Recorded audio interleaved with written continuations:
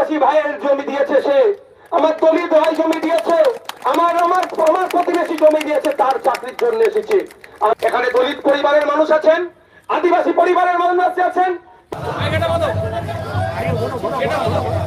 আমি তালা নিয়ে এসেছি। এখানকার প্রশাসন, এখানকার ম্যানেজমেন্ট যারা আছে তাদের বলে যায়, আমাদের শামীমদা বলল দ্বিতীয়বার না আসতে হয়, আর আমি এই তালা দেখিয়ে দিয়ে গেলাম। প্রথমবার এসছি আমি, এই তালাটা মেরে গেলাম না। সিদ্দিকী সাহেব উপস্থিত হয়েছেন, প্রথমেই তাকে কৃতজ্ঞতা জানাচ্ছি, তিনি সময় দিয়েছেন। পরেও যেন তাকে পাই এই অনুরোধ রেখেই তাকে বক্তব্য রাখার জন্য অনুরোধ করছি। তো ধন্যবাদ জানাবো আপনাদের বিদ্যাসাগর ইন্ডাস্ট্রিয়াল পার্ক ল্যান্ড রোজার জয়েন্ট মুভমেন্ট কমিটিকে, যে এই লড়াই আমাকে লড়ার সুযোগ দেওয়ার জন্য। আপনারা সুযোগ দিয়েছেন বলে আমি আসতে পেরেছি। এই লড়াই, যে লড়াই আপনারা শুরু করেছেন, আমরা ঐক্যবদ্ধ মিলে এই লড়াই আমরা শেষ করবো। অর্থাৎ আমরা 163 জন মানুষের কাজের ব্যবস্থা যতক্ষণ না হচ্ছে, এই লড়াই নওশাদ সিদ্দিকী, শামীমদা, প্রতীকদা, সৈকত দ্বারা, যারা মিহির বাবুরা যারা আছেন, লড়াই যাবে কথা আপনাদের দিয়ে যাচ্ছি। আমি দেখুন, আমার আগের বক্তারা অনেক তাত্ত্বিক কথা বলেছে। অবশ্যই তাত্ত্বিকতার একটা যুক্তি আছে, সেটা নিতে হবে। আমি সৈকতদার কথার সাথে কিছু তাল মিলিয়ে বলতে চাই। কদিন আগে দেখছিলেন না, পরিযায়ী শ্রমিকদের উপরে জন্য আমাদের চোখের জলে ভাত খাচ্ছিলাম আমরা, যে ভিন্ন রাজ্যে কাজে গিয়েছে তাদের জন্য আমরা চিৎকার করছিলাম। ঠিক কথা, আমার রাজ্যের যারা কাজ হারা পায়নি তাদের জন্য কথা হতো না কেন? উনি নেপালে কি হয়েছে তার জন্য সারা রাত ঘুমাতে পারছেন না, এখানে 163 জন মা পরিবারের জন্য কেন, কিভাবে তিনি ঘুমাচ্ছেন? এখানে দলিত পরিবারের মানুষ আছেন, আদিবাসী পরিবারের মানুষ আছেন, পিছিয়ে বর্গের মানুষ আছেন। এই 163টা পরিবার ঠিক করে ঘুমাতে পারছে না, এজন্য তার তো ঘুমটা মানে নিশ্চিত ভাবে হচ্ছে। আপনারা ঠিক করে ঘুমাতে পারছেন না, ওনার ঘুমটা তো ঠিক করে হচ্ছে। আমি এই জায়গায় দাঁড়িয়ে বলতে চাই, আপনার জিনিস একটা দেখিয়ে দিয়ে যায়। এটা কি বলুন তো? কি? এই তালা নিয়ে আমি এসেছি, দেখলেন? আমি তালা নিয়ে এসেছি। এখানকার প্রশাসন, এখানকার ম্যানেজমেন্ট যারা আছে তাদের বলে যায়, আমাদের শামীমদা বলল দ্বিতীয়বার না আসতে হয়, আর আমি এই তালা দেখিয়ে দিয়ে গেলাম। প্রথমবার এসছি আমি, এই তালাটা মেরে গেলাম না। এখানে আমি আমার দুবিঘে জমির জন্য আসিনি, আমি আমার আদিবাসী ভাইয়ের জমি দিয়েছে, সে আমার দলিত ভাই জমি দিয়েছে, আমার আমার আমার প্রতিবেশী জমি দিয়েছে, তার চাকরির জন্য এসেছে। আমি আমার ব্যক্তিগত কারণে এখানে আসিনি। একটা বক্তব্য শুনছিলাম, আমাদের মধ্যে কেউ বললেন যে এখানে নাকি আন্তর্জাতিক মানের একটা কোম্পানি, এখানে নাকি একটা কি আমরা ঠিক করতে পারবো না। আরে কোম্পানিটা তখনই হবে যদি আমি জায়গা দিতাম, কোম্পানির এখানে টিকে খুঁজে পাওয়া যেত। আমার জায়গাতে দাঁড়িয়ে তুমি বাহাদুরি করছো, আমার জায়গার উপরে তুমি দাঁড়িয়ে নিজেকে ইন্টারন্যাশনাল কোম্পানি বলে দাবি করছো, আন্তর্জাতিক স্তরে তোমার নাম আছে বলে দাবি করছো, আর আমাকে তুমি বঞ্চিত করছো। এ মেনে নেওয়া যায় না। তাই বন্ধুগণ, যাদের জমি দিয়েছেন তাদের সাথে আমি সহমত, তাদের লড়াই আমরা থাকবো। আইনের লড়াই কি হবে আইনজীবীরা বুঝে নেবে, কিন্তু মাঠে ময়দানের লড়াই আমরা বুঝে নেব। 1 ইঞ্চি ছাড়বো না। অবশ্যই আগের দিন এসেছিলেন বিকাশ স্যার, আমাদের সম্মানীয় শ্রদ্ধেয় মানুষ, তিনি অত্যন্ত মাটির মানুষ, সেই জন্য তিনি আগে দাঁড়িয়েছিলেন। আমরা এসেছি এখানে, এরপরে লাগবে না ছাতা। আমার তো ইচ্ছা করছিল এখানে বসি, কিন্তু অনেকজন আছেন তাদের নিচে বসতে অসুবিধা হবে, তার জন্য আমি বসলাম না। আমি তো ইচ্ছা করছিল আপনাদের সাথে আমি নিচে বসি। তাই আজকে আমি এসেছি, আমি নয় আমরা এসেছি, মানে আমরা যে 31 জন আপনার এসটি কমিউনিটির পরিবারের লোকজন যাদের জমি দিয়েছে, 65 জন এসসি কমিউনিটি থেকে, আর যারা জেনারেল কাস্টের 63 জনের পরিবার যারা আমরা উপস্থিত হয়েছি আজকে এই আন্দোলন। আমি আশা করব, যদি মনে করেন এটা হুমকি দিয়ে যাচ্ছে কোম্পানিকে, তা আপনারা আপনাদের ভাষায় বুঝুন, হুমকি দিয়ে যাচ্ছি। আমার জায়গা দিয়েছে, আমার চাকরি চাই। অন্যথায় আপনাদের মনে রাখবেন, বিপ্লবের ইতিহাসটা একটু বুঝুন, বিপ্লবের ইতিহাসটা একটু পড়ুন। আর এই অবিভক্ত বাংলা, এই দরিদ্র মেদিনীপুরের মাটির ইতিহাস একটু দেখুন। এই মাটি থেকে এই গান্ধী বুড়িকে আমরা দেখেছিলাম, এই মাটি থেকে হাজারো হাজারো স্বাধীনতা সংগ্রামীর জন্ম দিয়েছে। সেই মাটির লোকের জমি কেড়ে নেবে, তাদের চাকরি দেবে, এটা আমরা মেনে নিতে পারবো না। এই আন্দোলনকে আমরা মেনে নিতে পারবো না। আর কেউ যদি মনে করেন এখানে 161টি পরিবার মাত্র আছে, ওদেরকে ধমকি চমকি দিয়ে হয়ে যাবে, তাদেরকেও বলতে চাইছি পশ্চিম বাংলার অগণিত মানুষ এই 161 পরিবারের পাশে থাকবে, এই দায়িত্ব আমরা জোর গলায় বলে দিয়ে যাচ্ছে। এখানে শুধুমাত্র 161টি মা পরিবারের ব্যাপার নয়, এখানে আমার অধিকারের ব্যাপার। যেখানে এগ্রিমেন্ট ও পেপার বলা হচ্ছে, যাদের জমি নেওয়া হচ্ছে তাদের পরিবারকে আমরা তো চাইছি, বলছি না যে এইচএস পাস তাকে দেওয়া হোক আপনার এমটেক এর গ্রুপের চাকরি, কেউ বলছি আমরা ভাই? আমরা কেউ বলছি? আমরা বলছি আমাদের যারা এমটেক, তাকে এমটেক এর লেভেলের চাকরি দেওয়া হোক। যারা সেমি স্কিলের মধ্যে পড়ছে এইচএস, তাদেরকে দেওয়া হোক। যারা আমরা মাধ্যমিক পাস আছে তাদের মতো তাদেরকে কাজের ব্যবস্থা করা হোক। এরপরেও যদি কর্তৃপক্ষ টনক না লড়ে, আমি আপনাদের বলে যাচ্ছি, এটা দিকে রাখুন হাতে আর একবার এই নিয়ে এসেছিলাম, আমি মেদিনীপুর থেকে বাড়ি নিয়ে যাবো, তবে না আশা করবো দ্বিতীয়বার আমাদেরকে আসতে হবে না। আমাদের মিহির বাবুর নেতৃত্বে যে আন্দোলন সংগঠিত হয়েছে, আমাদের বিজন বাবুরা আছেন, বিপ্লব বাবুরা আছেন, আমাদের আসলাম বাবুরা আছেন, তাদের নেতৃত্বে যে আন্দোলন সংগঠিত হয়েছে, সেই আন্দোলন সংগঠিত হয়েছে, এর শেষটাই আজকেই হবে।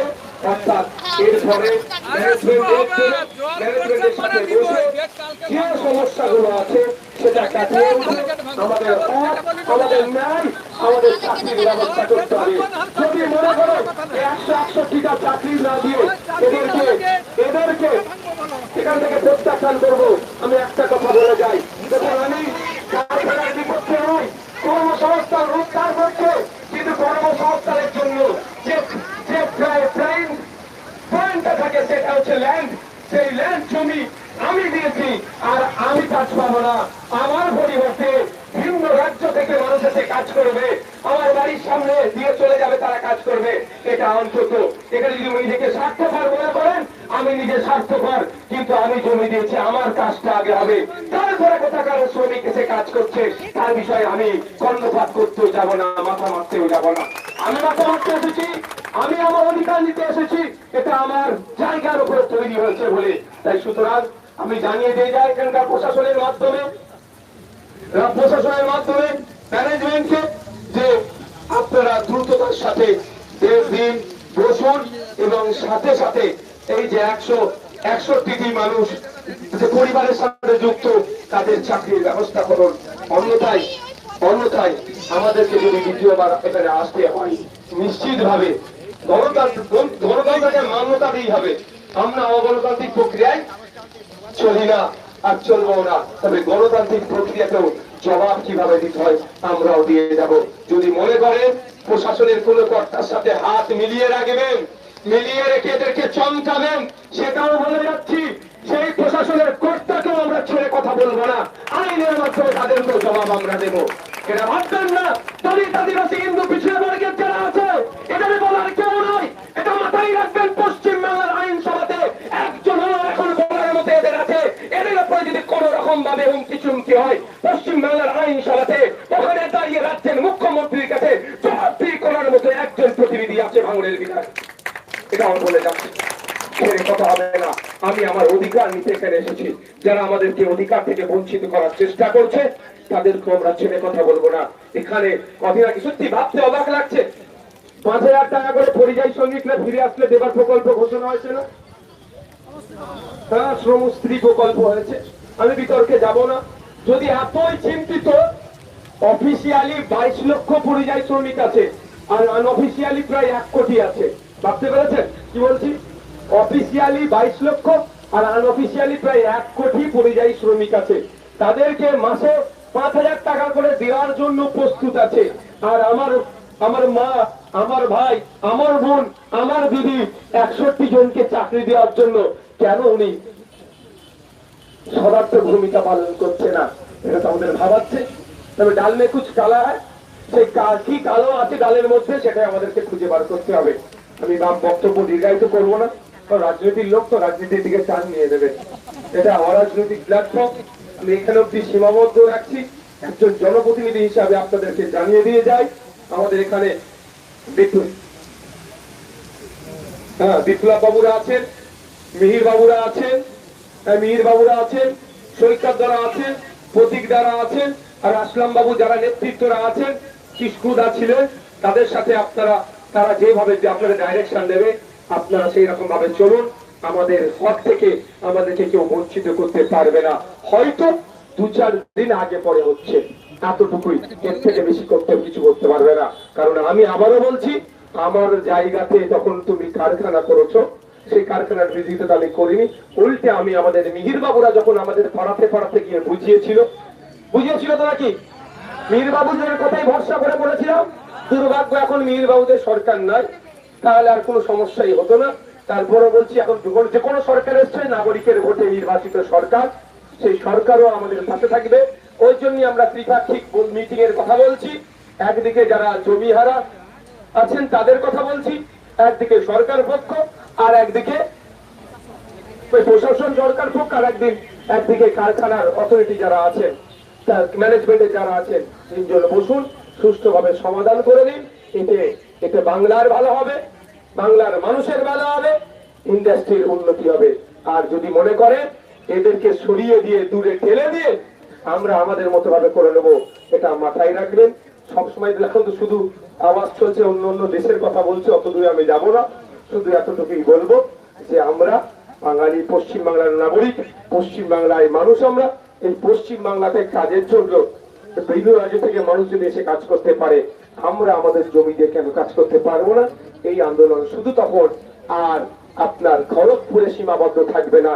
এই আন্দোলনের ঝাঁজ, এই আন্দোলনের মুখ কলকাতা রাজপথে পৌঁছে যাবে, এই আন্দোলনের মুখ ক্যানিংয়ে পৌঁছাবে, এই আন্দোলনের মুখ ভাঙড়ে পৌঁছাবে, এই আন্দোলনের মুখ অবিভক্ত মেদিনীপুরের কোনায় পৌঁছে যাবে। এই আন্দোলন আপনার হাওড়া হুগলিতে পৌঁছে যাবে। জনগণের অধিকারের আন্দোলন সারা রাজ্যে ছড়িয়ে পড়বে, তখন এটাকে কিন্তু আটকাতে পারবেন না।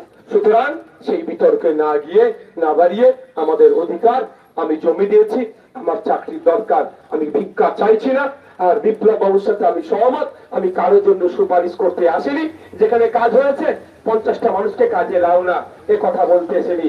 এখানে কাজ তৈরি হয়েছে, যে জায়গাটা দিয়েছি আমি এখন কাজ পাচ্ছি না, আমার কাজ দিতে হবে। সেটাও তো খাতা কলমে আছে তো নাকি?